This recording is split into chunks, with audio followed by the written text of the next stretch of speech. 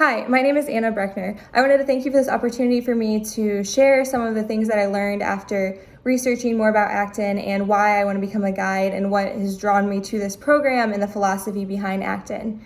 In the email that I was sent, there were different prompts, and I would like to answer those pretty chronologically. And the first one being, what are the top 3 reasons why I would want to be a guide?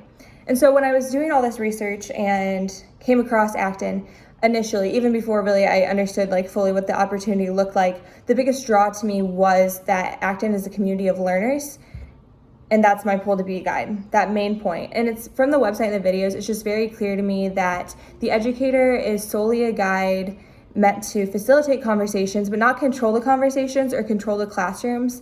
And that's where it's the learner's environment, and it's how they are going to take action and make educating themselves an independent thing with the help of those around them and gleaning from each other in the classroom. But there's really an independent education within themselves. And independence in education really is my biggest draw to Acton and the philosophy of education in general.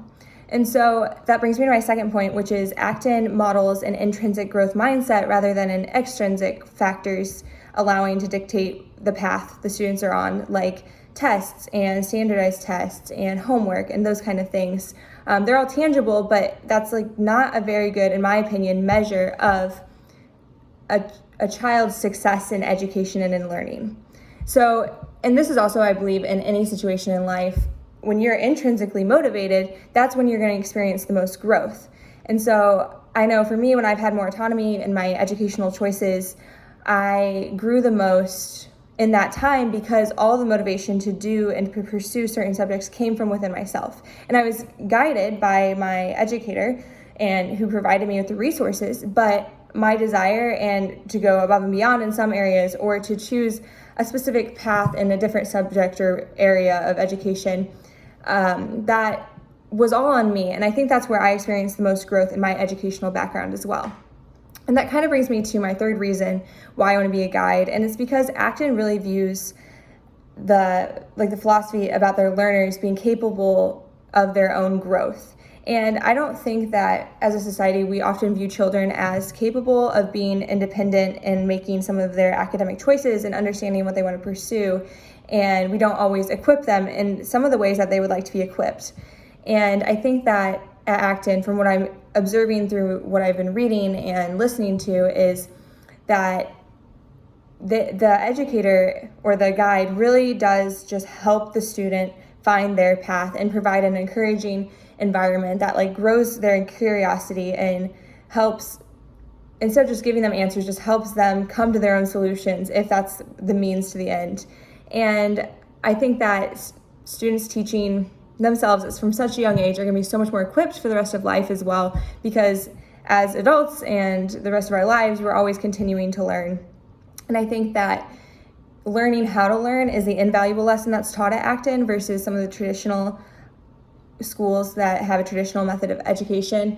Is you can be taught subjects and you can be taught how to master one specific things, but unless you are able to learn how to learn, which is something that Acton has discussed in the website, is you're not going to be able to apply your skills to other areas in life.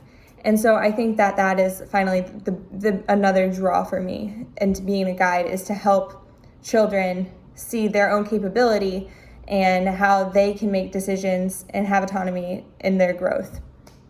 And then the final question, which I will try to get through really quickly, is how to ensure a learner-driven environment. And promoting a learner-driven environment is very crucial to Acton's philosophy, and that's why it's a question presented. And I think the biggest step for me, if I were to be a guide and to understand how to do that, would be to view myself not as the main character of that classroom's narrative.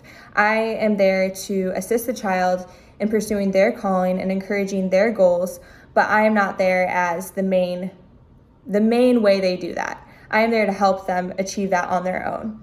And so to ensure that, I would present challenges and be someone who they're accountable to, but and ask also challenging questions about why they're believing what they believe and how did they come to that, and just encouraging that growth mindset that is so crucial for Acton's philosophy.